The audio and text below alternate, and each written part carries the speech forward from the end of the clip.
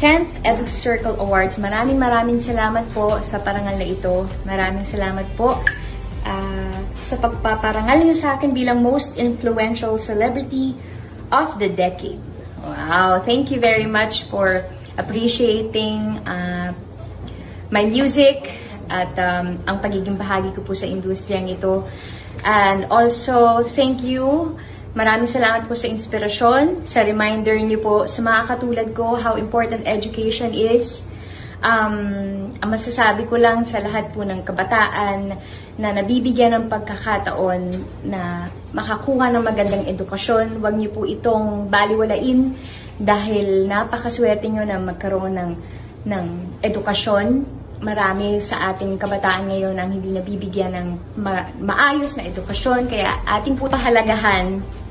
At tama ang sinasabi ng mga tatanda ng edukasyon, ang pinakamagandang kayamanan na maibibigay sa atin ng ating mga magulang. So maraming salamat po, EduCircle. Thank you!